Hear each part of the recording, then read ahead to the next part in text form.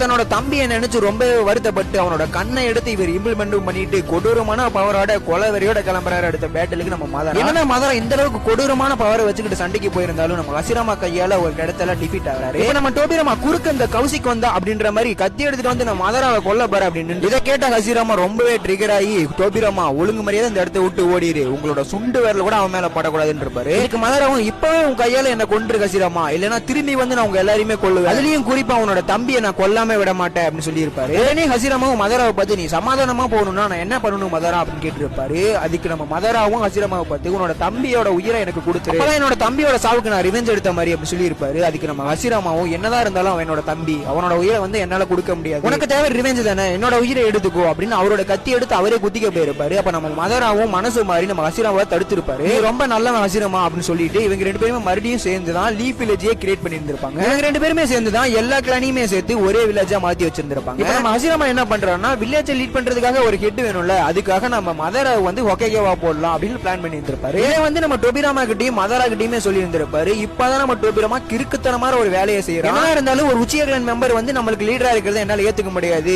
மக்களே அதை முடிவெடுத்துக்கிட்டோம் அப்படின்னு மக்கள் கிட்ட ஓட்டிங் எடுத்திருப்பாங்க. இந்த ஓட்டிங்ல வந்து நம்ம ஹசிராமா செஞ்சுவ ஃபர்ஸ்ட் ஹொகேகேவா தேர்ந்தெடுத்துறாங்க நம்ம லீஃப் வில்லேஜோட மக்கள்.